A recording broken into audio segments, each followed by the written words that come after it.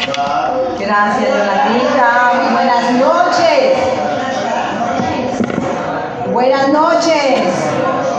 ¿Cómo les ha ido? ¿Cómo estamos? Buenas noches. Bueno, hoy nos vamos organizando, por favor, ahí vamos mientras tanto llegando.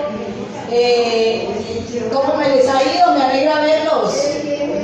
Hoy vamos a recibir ese alimento espiritual como todas las noches. Aquí el sábado, como hoy es un sábado y nos alegramos porque estamos de fiesta todos los días. Y el sábado que nos reunimos para recibir el alimento espiritual, pues mucho más gozo y mucha más alegría. Hoy vamos a hablar del legalismo. A ver, esperemos, ¿dónde vamos? Sí. Bueno, el legalismo, ¿qué saben ustedes del legalismo? Gracias, doctora Claudia. Bueno, ¿qué recuerdan? Todos recordamos algo sobre el legalismo, ¿cierto? Hay diferentes formas de legalismo. Por ejemplo, encontramos personas legalistas en las familias, encontramos iglesias legalistas, encontramos formas de ser así como la misma palabra de Dios nos recuerda en esta noche en el contexto del panorama de la salvación. Porque vamos a hablar del legalismo dentro de ese contexto. Todos sabemos que Dios tiene un plan de salvación para los hombres, ¿no es así? Para el ser humano. Todos sabemos, todos los que creemos en la palabra de Dios, entendemos que fue diseñado un plan de salvación por el Creador, para todos nosotros. Y está registrado desde el Génesis, ¿hasta dónde?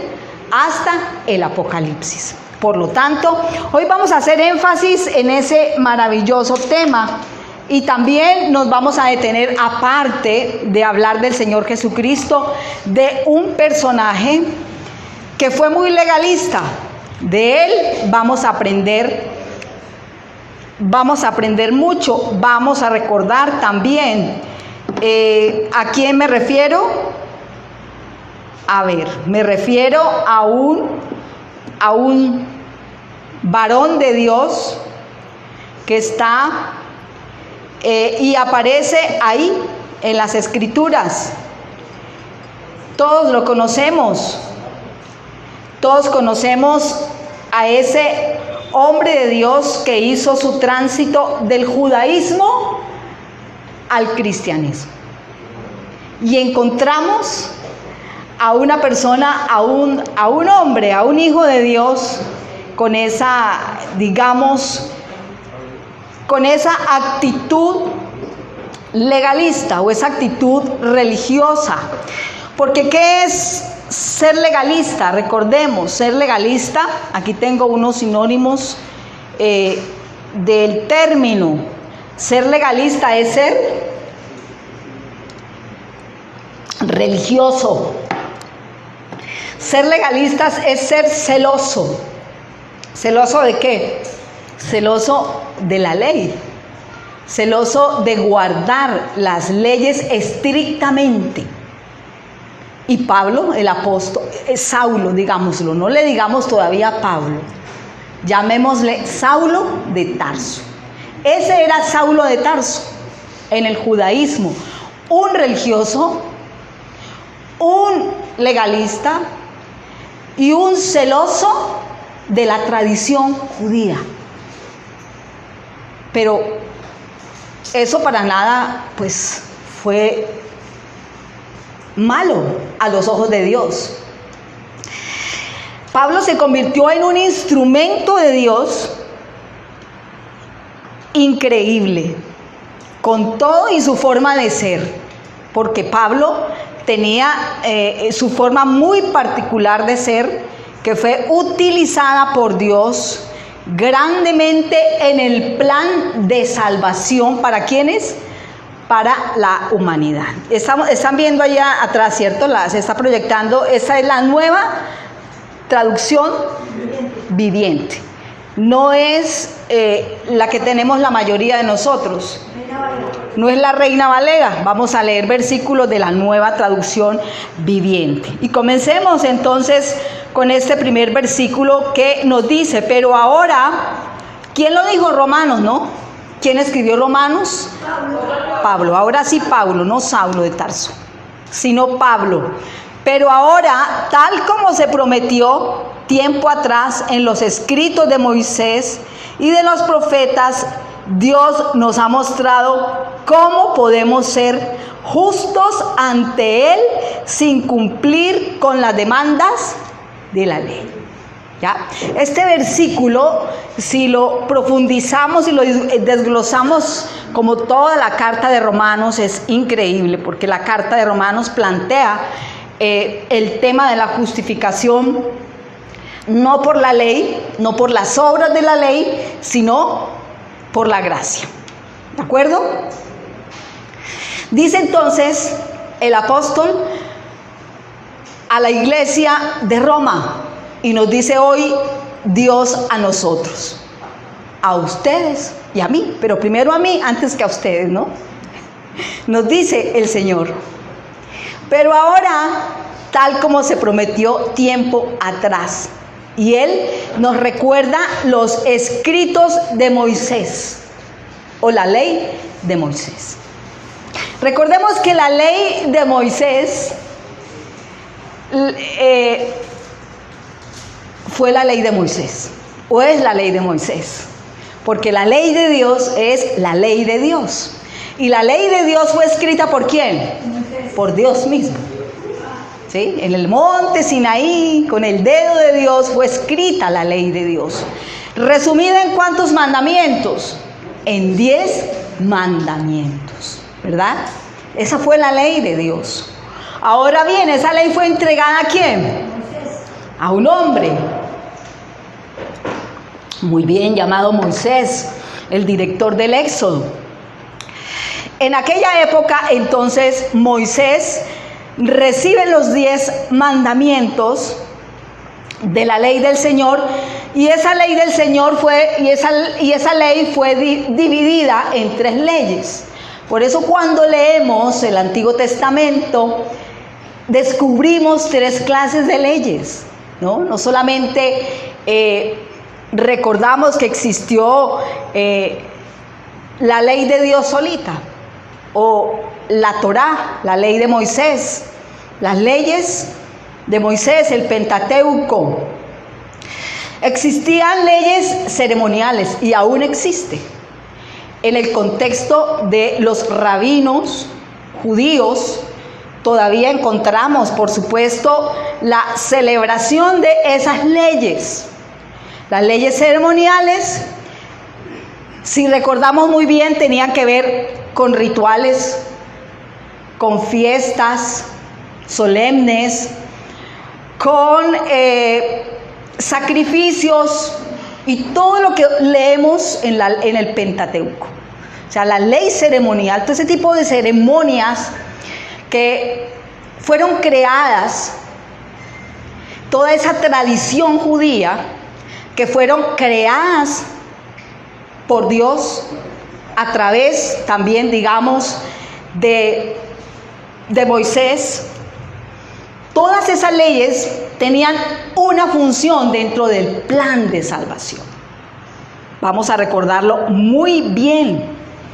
Por eso cuando leemos el Antiguo Testamento, que es increíble leer la historia de los rituales de los sacerdotes, de la vestimenta, del lavado de manos, del lavado de pies, del lavado del cuerpo de los sumos sacerdotes, todo eso resume la ley ceremonial. En segundo lugar, hablemos de la ley civil. Aquí no está, aquí están solamente los versículos. La ley civil era la ley judicial, ¿no? Las leyes, como recordamos, las leyes que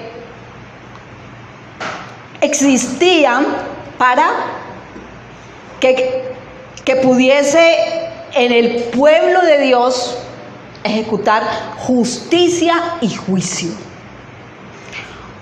Por ejemplo, en caso de la violación o transgresión de la ley, quienes cometían transgresión tenían que pagar algún tipo de ¿qué? Algún tipo, digamos, de castigo, de disciplina, ¿sí? Incluso con la pena de muerte, el apedreamiento en casos muy particulares. Por lo tanto, hablamos de esa ley civil judicial necesaria para el orden, para que reinara el orden y para que Moisés pudiera gobernar el pueblo de Dios.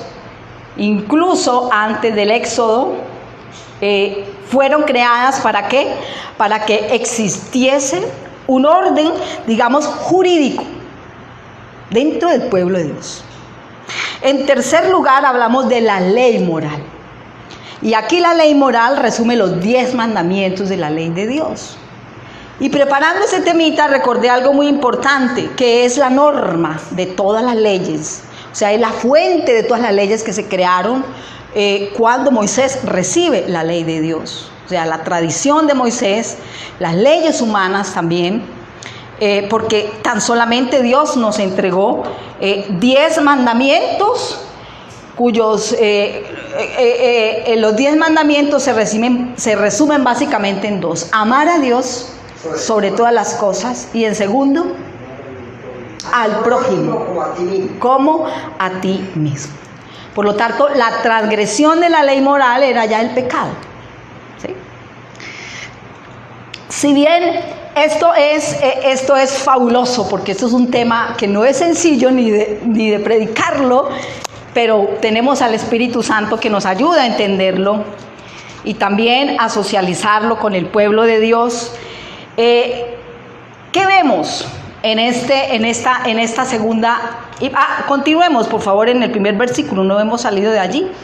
Entonces, los escritos de Moisés y de los profetas, Dios nos ha mostrado cómo podemos ser justos. Ahí está resaltada la palabra justo en rojo, ¿cierto?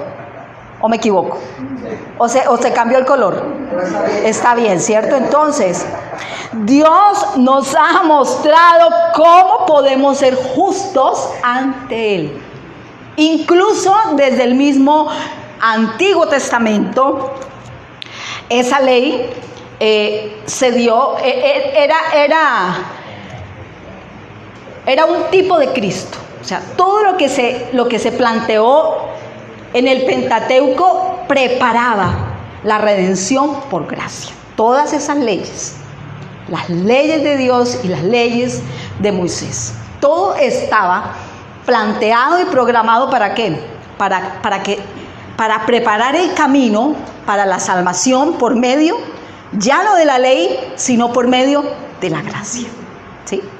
O sea, que los seres humanos encontráramos la salvación de Dios no por las obras de la ley como ocurría en el Antiguo Testamento, sino por medio de la fe. ¿En quién? En nuestro Señor Jesucristo. Así que la obediencia fue clave tanto en el Antiguo Testamento y mucho más en el Nuevo Testamento, ¿sí? Solo que era mucho más importante, digamos, la parte externa en el Antiguo Testamento. En esa época se preocupaban más era por el rito, por el vestuario, por el lavado de las manos, por lo que llevaba el sumo sacerdote acá en el pectoral, lo que tenía que hacerse al entrar al santuario, ¿no? Todos ese tipo de rituales, todo ese tipo de rituales eran necesarios, obviamente, para que entendiéramos, y hasta el día de hoy, el plan de la salvación.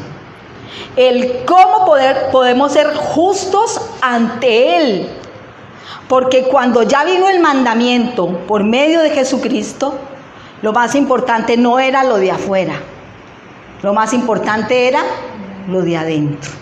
Porque en el Antiguo Testamento se obedecían las leyes, pero faltaba el espíritu de la ley. ¿Qué vino a traerlo quién? el Señor Jesucristo. Ya la obediencia se llevaba a cabo, pero ¿de qué forma? Por voluntad propia. Porque era el Espíritu de Dios quien producía el gozo y la alegría ¿de qué? De cumplir los mandamientos de Dios. A la generación de Moisés no le tocó fácil. Al pueblo judío, a los israelitas no les tocó fácil. ¿Por qué? ¿Por qué? Porque ellos tenían que obedecer. ¿Sí? No había lo que reconocemos hoy, tal vez, o lo que reconocemos como ese libre albedrío, ese énfasis en el libre albedrío, como sea, ¿sí? Como sea, para salvarse se tenía que llevar a cabo las obras de la ley. No era salvación, la ley no trae salvación. La ley era un espejo, ¿para qué? Para mostrar el pecado simplemente, ¿sí? Eso es la ley, importante tanto como el Nuevo Testamento. Pero la ley sigue siendo eso, un espejo. Y los mandamientos de Dios también siguen siendo eso, un espejo para que nosotros nos miremos y podamos entender el plan de Dios. Dice aquí, finalmente, sin cumplir las exigencias de la ley. Un dibujito que vemos allí me pareció interesante, esa gráfica. ¿Qué vemos ahí? Vemos el podium, la premiación, los primeros lugares, ¿cierto? 1, 2 y 3, tercer lugar. Se supone que medalla de oro, medalla de bronce y medalla de plata. Oro, plata y bronce, en ese orden. Pero aquí, en el reino de Dios, que es el reino al que tuvimos acceso por medio de la obra de Cristo, por medio de la obra de salvación, obtenemos el premio no por lo que hayamos hecho, es decir, no por los esfuerzos humanos, sino ¿por qué? Sino por medio de la gracia de Dios. ¿Ya? Entonces, a los ojos de Dios, la salvación no es por obras. La salvación es por gracia. Eso nos ofrece Dios, una salvación por gracia cuando creemos en nuestro Señor Jesucristo. Entonces, todos tenemos acceso al cielo siempre y cuando recibamos a Cristo. Pero como mi esposo recuerda en sus predicaciones tanto, y él es muy apasionado por eso, solo recibirán premios y galardones ¿lo recuerdan? En un momento, en algo profético, en el que Dios decide premiar, ¿ya? ¿Premiar a quiénes? Premiar a través de las coronas la obra de cada uno, ¿ya? La salvación no estuvo en juego. Somos salvos desde el mismo momento en que recibimos a Cristo en nuestro corazón y obedecemos el mandamiento de Dios por medio de ¿quién? Del Espíritu Santo, que nos capacita para hacerlo. Así que, queridos hijos de Dios, el legalismo es tratar de ganar el favor de Dios o la salvación por medio de ¿qué? De lo que uno hace. Y ya vamos a hablar, a profundizar un poquito más en eso. El legalismo es más la expresión del orgullo y la arrogancia humana. Por eso cuando leemos a Pablo nos damos cuenta que él en sus escritos se aprecia, ¿no? Se aprecia ese orgullo de haber sido fariseo, de haber nacido en la ley, porque él era celoso de la ley. Tan así que lo que hizo con la iglesia fue perseguirla. O sea, él se acreditó el derecho como judío de perseguir y de matar, dar muerte. Fue el autor intelectual ¿de qué? De la muerte de muchos cristianos en la primitiva iglesia. Por lo tanto, el legalismo no es otra cosa que yo puedo solo sin Cristo. ¿Sí? Yo puedo solo. Una persona legalista también que no ha entendido la gracia de Dios, se porta así, de esa manera. O sea, su actitud hacia Dios es eso. Y cuando hablemos de este tema, no piense en nadie más, piense en usted mismo. Cuando yo preparé este tema, yo le dije, Dios mío, yo no quiero pensar en nadie, yo quiero pensar en mí, en Marta, ¿sí?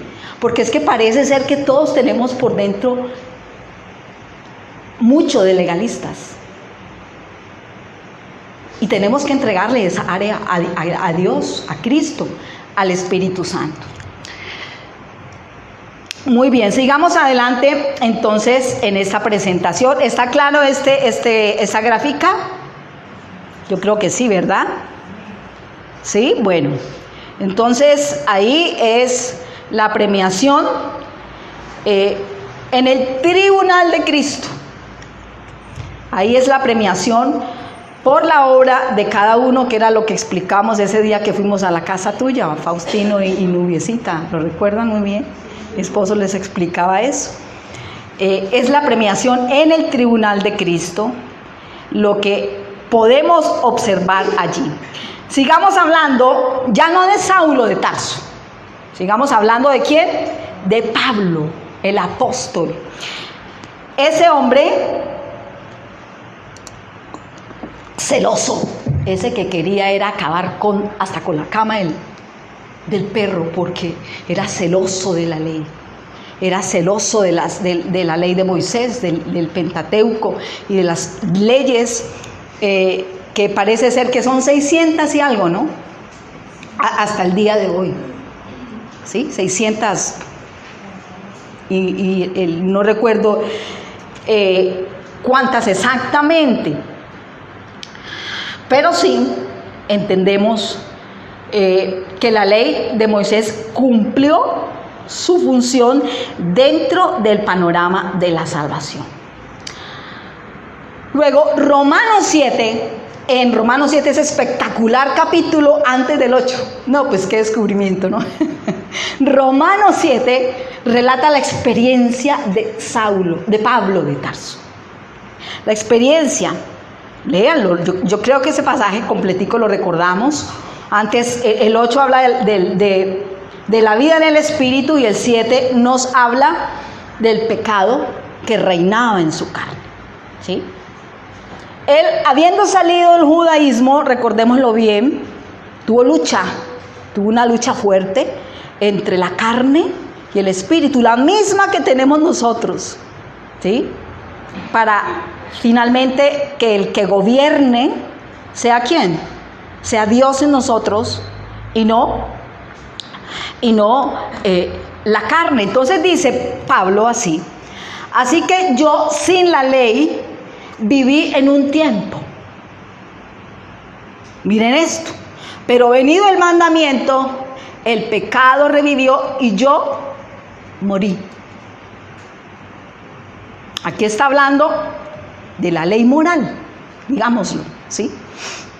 Porque Pablo aquí se supone que ya se había convertido, digamos, al cristianismo. Y esperemos que en ese proceso de convertirse genuinamente a Cristo, Dios le permitió tener una experiencia en donde él expresaba y socializaba a la iglesia de Roma esa experiencia personal, esa lucha personal que tuvo él como un hombre llamado por Dios a predicar el evangelio de la gracia, ¿sí? Dios lo toma del judaísmo y lo toma para que él predique, así como a ti y a mí. Dios nos ha tomado ¿para qué? Para que llevemos la buena noticia.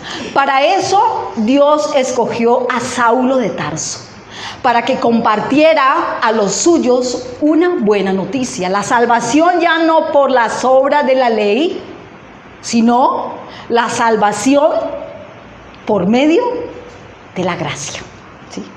De la gracia. Ya no esa salvación por obras que quizás nos lleva a convertirnos en personas pues legalistas. Obviamente la fe sin obras es muerta, ¿verdad? O sea, la fe sin obras es muerta.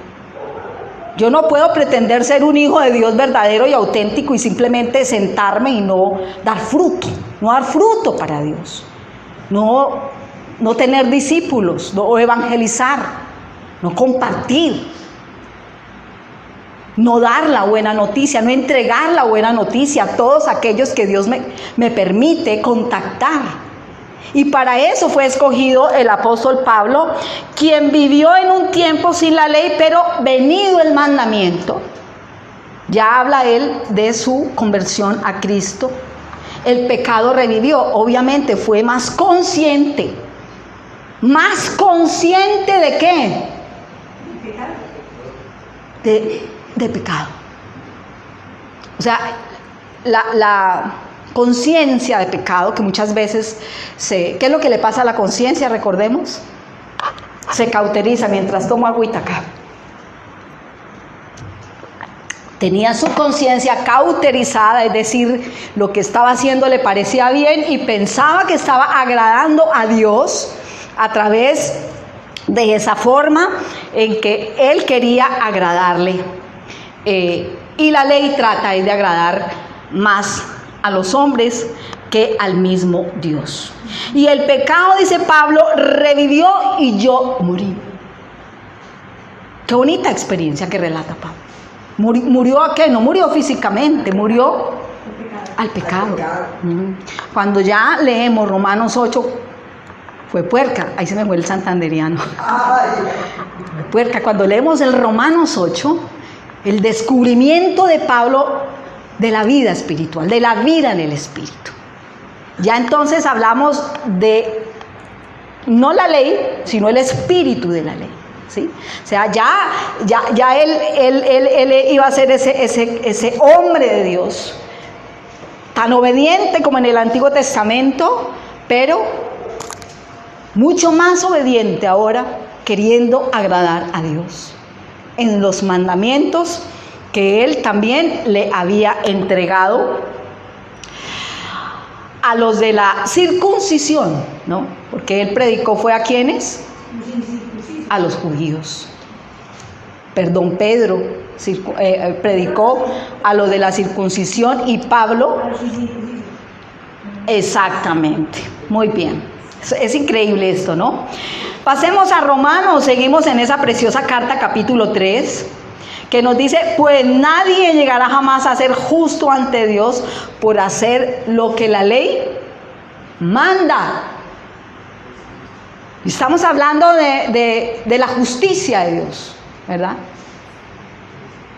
Yo también escucho esas predicaciones cuando se hace énfasis en que la experiencia que muchos tenemos con Dios, o cómo vemos a Dios muchas veces, es como un Dios legalista, ¿cierto? Un Dios que está mirando cuando yo la embarro, ¿sí? Para castigarme, para disciplinarme. Cuando yo caigo, para aplicarme la ley, ¿sí? Muchos de nosotros somos así, ¿verdad? ¿Por qué? Porque por eso vuelvo y repito, tenemos mucho de legalismo dentro de nosotros mismos. Y en cuanto a la justicia, pues todos sabemos que la justicia de Dios, ¿quién fue? Pues Cristo. Pero incluso desde el mismo Antiguo Testamento Dios llama a muchos justos por la obediencia. Abraham fue un justo delante de Dios porque obedeció la ley de Dios. Noé, cuando Dios le dio las instrucciones para el diluvio, fue llamado justo con su familia porque obedeció las instrucciones de Dios. ¿Y lo hizo cómo? Como Dios le mandó. Por lo tanto, ninguno puede llegar jamás a ser justo delante de Dios. ¿Qué podríamos decir allí? Si no tenemos una adecuada forma de ver a Dios. Dios sí es amor. Dios también es justicia. Obviamente que sí. Pero en las iglesias se hace mucho más énfasis en un Dios de amor que en un Dios de justicia, que en un Dios justo. Dios es justo. Y obviamente, como el Hijo, dice el libro de los Hebreos, ¿sí?, que Dios disciplina a aquel que toma por hijo. Es necesario que Dios nos discipline. Ya no nos castiga, pero sí nos disciplina y vivimos la consecuencia de transgredir el mandamiento de Dios.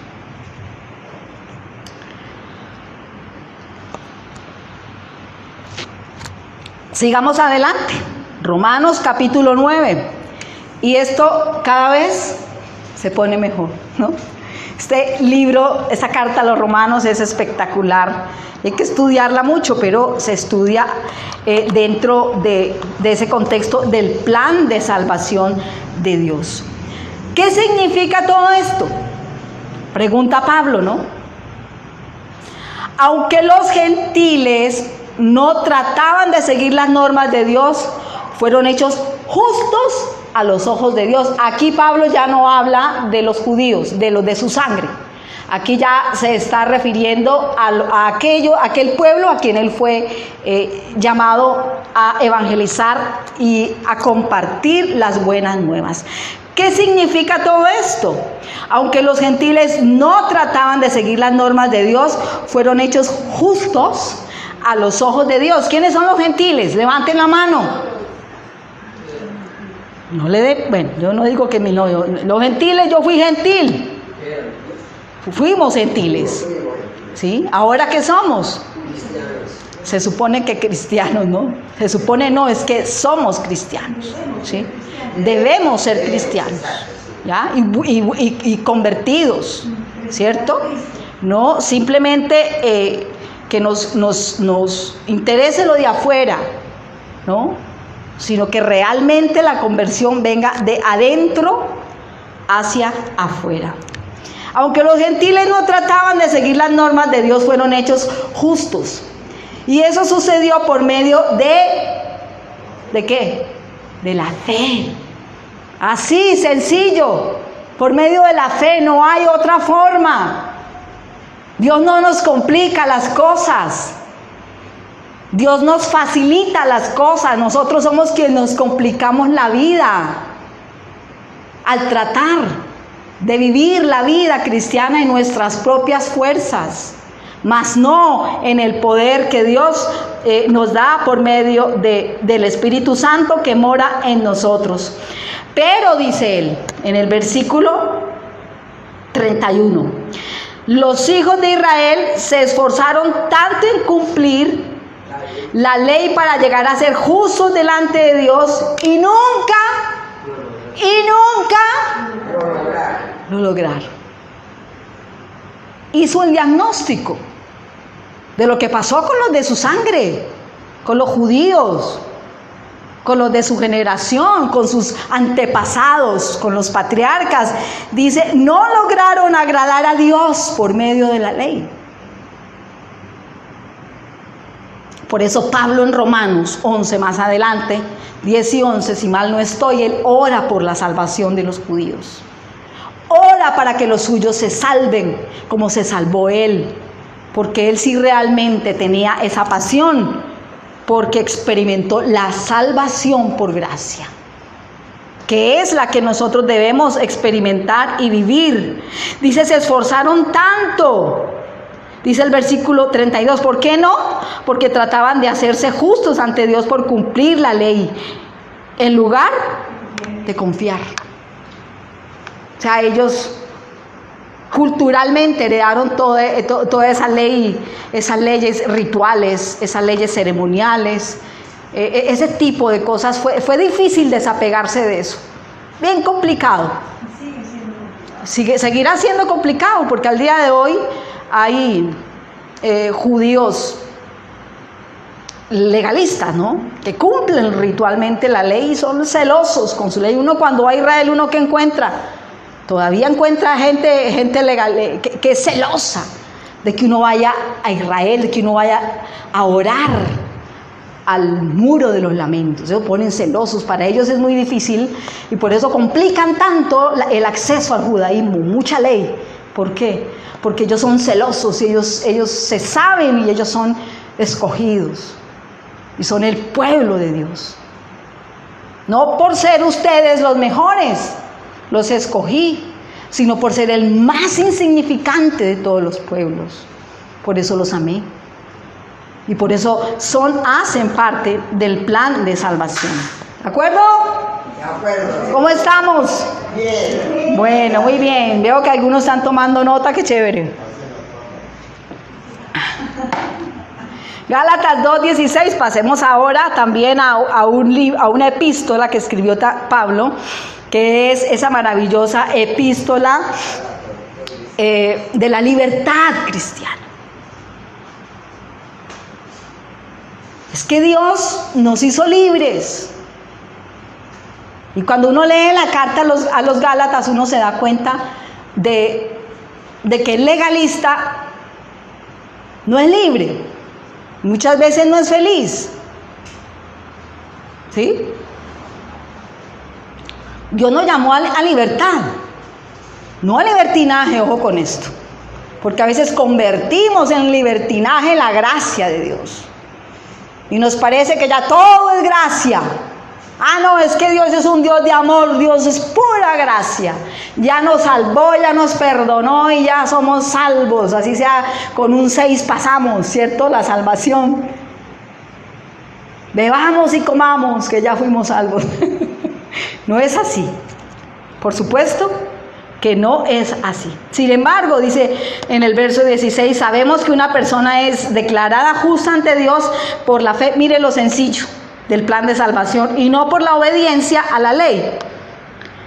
Seguramente esa obediencia no era completa, no era de corazón. Y nosotros hemos creído en Cristo Jesús para poder ser declarados justos ante Dios por causa de nuestra fe en Cristo y no porque hayamos obedecido la ley. O sea, no es por méritos. Que usted está aquí sentado hoy, que usted está allá escuchando, conectado en Facebook y más adelante en YouTube, no es por méritos. No es porque cumplimos ciertas normas, porque cumplimos ciertos requisitos, que alegramos el corazón de Dios. Obviamente que debemos obedecerle y ser buenos hijos, pero quien recibe y entiende la salvación por gracia, disfruta de la paternidad, de ser hecho hijo de Dios, hija de Dios, ya no por las obras, sino por la gracia y por esa obra de nuestro Señor Jesucristo en la cruz, quien murió en la cruz por todos los pecadores y nos trajo esa justicia para salvación. Pues nadie jamás será declarado justo ante Dios mediante la obediencia a la ley. La muestra el apóstol Pablo. Fue llamado por Dios. Entonces preguntaba, pero entonces recuerden que según las profecías bíblicas, el libro de Apocalipsis habla de que el pueblo de Israel va a ser evangelizado, ¿no?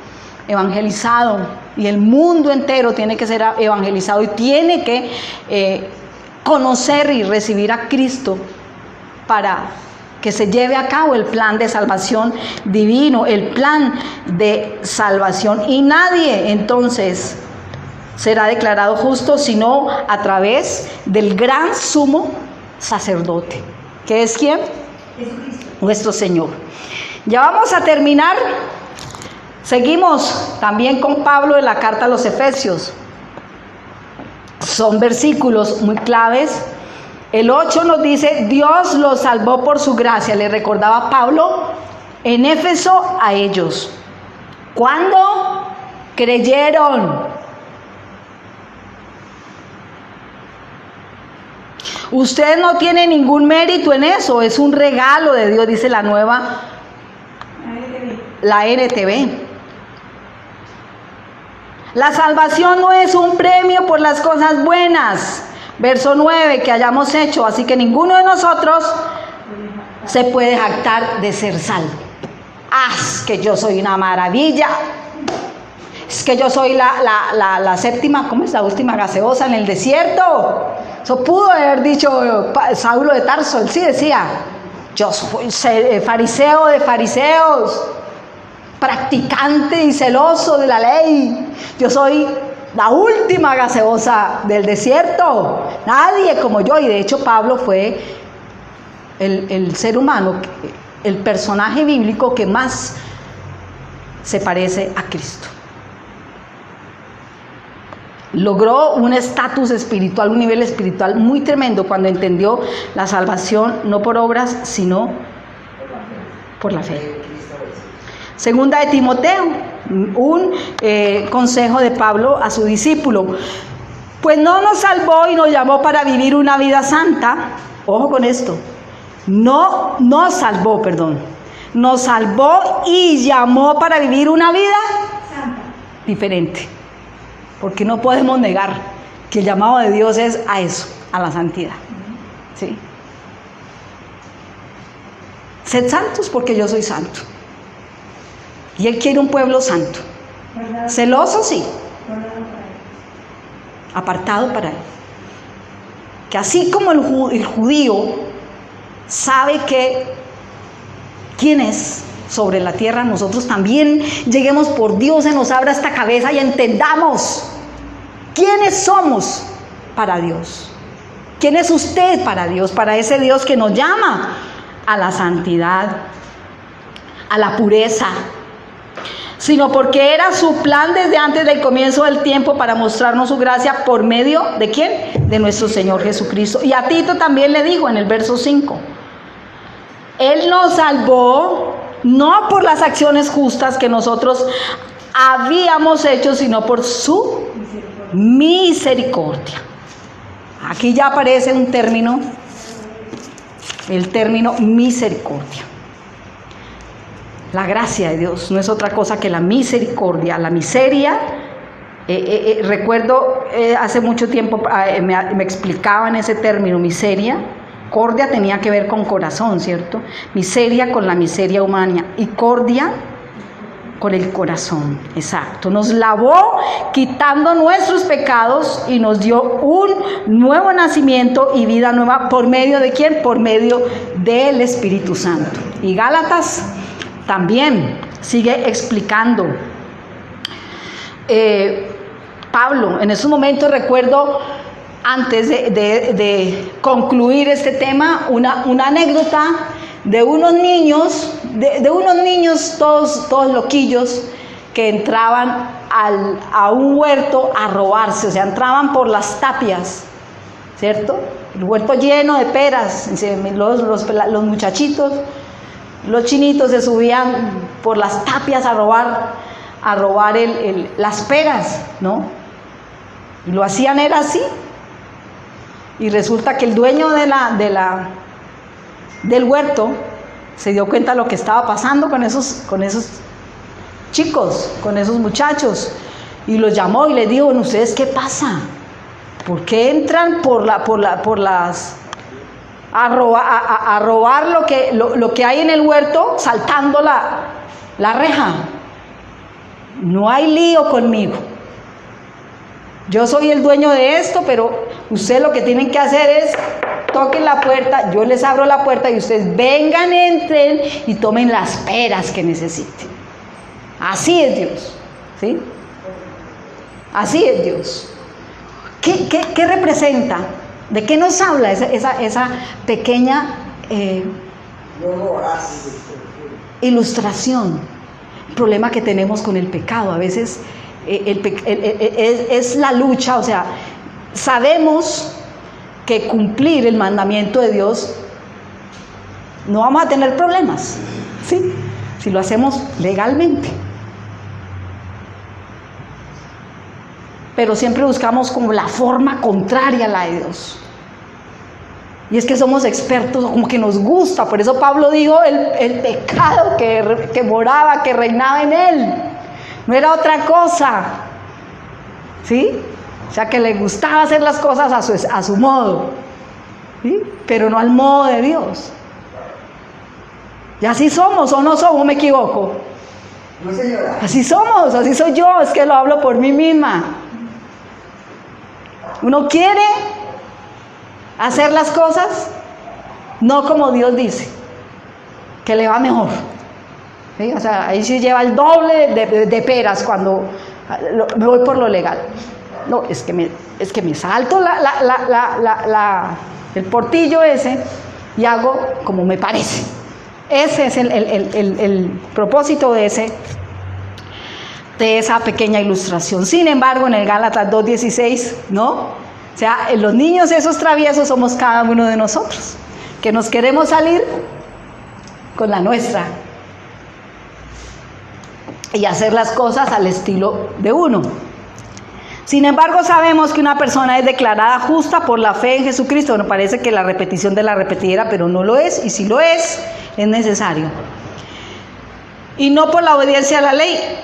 Y nosotros hemos creído en Cristo Jesús para poder ser declarados justos ante Dios por causa de nuestra fe en Cristo y no porque hayamos obedecido la ley, pues nadie jamás será declarado justo ante Dios mediante ese tipo de obediencia. Y la conclusión que me dejó mi esposo, porque él me dejó el temita y yo pues muy obediente, le dije, listo amor, lo estudio.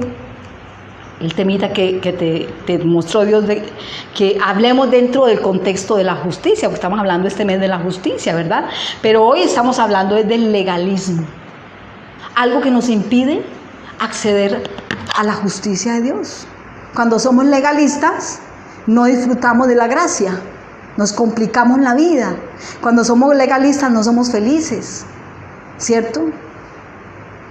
No somos felices, ¿por qué? Porque uno trata de agradar es al hombre y se preocupa más por lo externo que lo de adentro. Pero cuando ya no hay legalismo, cuando ya hay gracia y la entendemos, hay que pedirle mucho a Dios entender la gracia, ya hay felicidad, hay gozo, ¿sí? Y ya por lo menos no estamos, eso me pasa a mí, lo hablo por mí, buscando para señalar los errores de los demás, ¿no? Yo me cuido mucho de eso. Yo, por ejemplo, en mi casa lo que le digo a mis hermanos, vea, ustedes tienen, yo tengo 10 hermanos, somos 10, y eso es un cuento, ¿no? Porque nos amamos, pero los unos hablan de los otros. Martica, ¿están todos vivitos? 3 muertos ya, 3 fallecieron. Entonces, y yo pronto me van a escuchar, pero entonces yo les digo a ellos, porque yo soy la menor con Julián, yo soy la penúltima, yo les digo cuando me vienen a hablar del uno, del otro, ¿sí? Yo les digo, ¿saben qué? A mí no me hable mal de mis hermanos. Es como yo no quiero hablar mal de ustedes, yo más bien me los disfruto. ¿Saben por qué? Porque es que yo tengo muchos pecados. Y yo tengo muchos errores, entonces antes de hablar de ustedes, mis hermanos, de Eloísa, de Zenaida, de Carlos, de mis hermanos en la sangre, yo miro mis pecados, tengo muchos, yo miro mis errores, y por eso será que tengo tan buena relación con todos, porque yo disfruto mucho cuando estoy con ellos les gusta mucho mi compañía. ¿Por qué? Porque yo me río con ellos, les jodo la vida, les hago chistes, ¿sí? No los juzgo. Problema de ellos si no ayudaron, ¿sí? Problema de ellos si no hicieron, si hicieron o dejaron de hacer. Obviamente, cuando tengo la oportunidad les digo, de buena forma. ¿Qué día hablé con el que está en España? De pronto me está escuchando, me va a escuchar seguramente, y le dije, pero es que no te olvides que uno tiene que honrar a los padres, ¿sí? Que por encima de la esposa y los hijos hay que honrar a los padres, ¿sí? O sea, y no se sintió mal. Yo no le digo las cosas peleando, es que usted, no, señor, Dios me da la gracia de hablar, me da la gracia de poder llegar a ellos así, de esa forma. O sea, y allá tenemos que apuntarle todos, porque vuelvo y repito, tenemos por dentro un niño muy legalista. Vamos a terminar este tiempo. Les invito a que oremos, a que nos pongamos de pie. Si quiere, si no, pues se arrodilla, porque no me va a poner brava porque no se pone de pies, no. O se arrodilla, como quiera. Lo importante es el corazón, no el ritual. Padre, gracias por este momento. Yo, Señor, quiero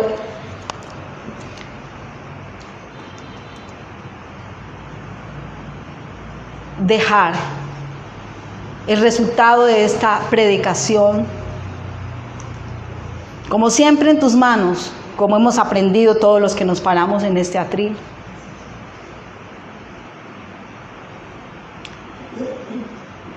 Hoy nos hablaste, como siempre, cosas, y más en este mes, sobre la justicia y el problema del legalismo en las iglesias, en la familia, en las personas. Y cómo tú quieres, Espíritu Santo, que nosotros, como Pablo, como Saulo y como Pablo, entendamos la misericordia tuya, Señor. La gracia tuya con la miseria humana. Porque Pablo un día dijo: miserable de mí, miserable, ¿quién me libra de este cuerpo de muerte? Porque tuvo una lucha interna, pero Dios le permitió descubrir la gracia, el sentirse amado, más que juzgado, más que señalado.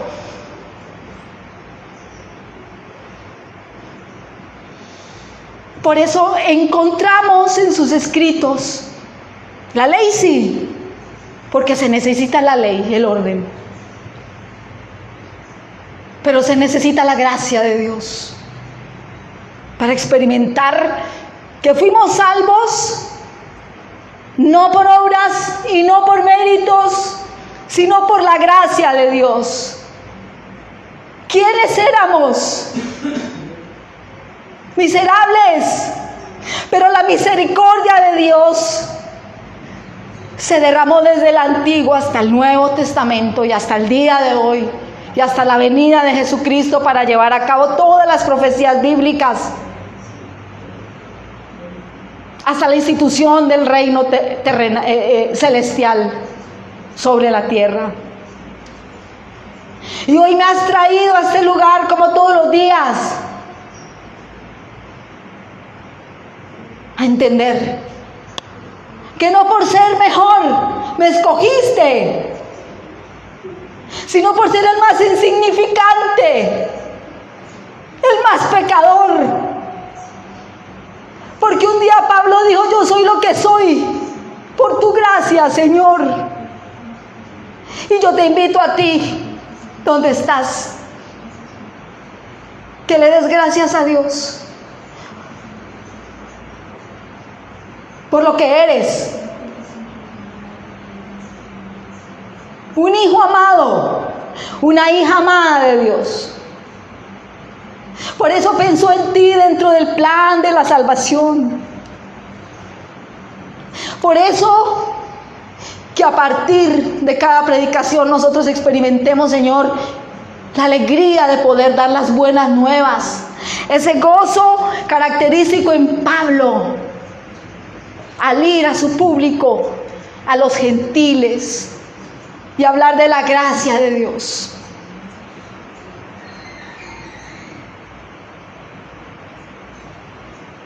Por eso, papá, no hay palabras para expresarnos en esta noche. Seguramente allá en nuestra casa lo vamos a seguir haciendo cuando lleguemos o mañana, no sé. Pero yo sé que cada uno de nosotros tiene mucho que decirte, mucho que agradecerte y mucho que pedirte perdón. No estoy aquí por ser la mejor. Estoy aquí parada delante de ustedes predicando por ser la más necesitada de la gracia divina. Y la gracia de Dios se quiere derramar en este tiempo, en esta generación. Y Dios busca Pablos, hombres y mujeres, que entiendan la gracia. Amén. Amén. Bueno, muy bien, vamos a ponernos de pie. Dios les bendiga. Un aplauso para nuestro Dios, fuerte, poderoso, Dios de Israel. Al Dios de Israel. Muy bien, 7:27. Tenemos un anuncio, es el próximo sábado. Hoy no vino Germán, ¿ok? Que tengan muy buena tarde, muy buena noche. Dios les bendiga, gracias por su atención y nos vemos a través de este canal de Facebook y YouTube. Chao, chao.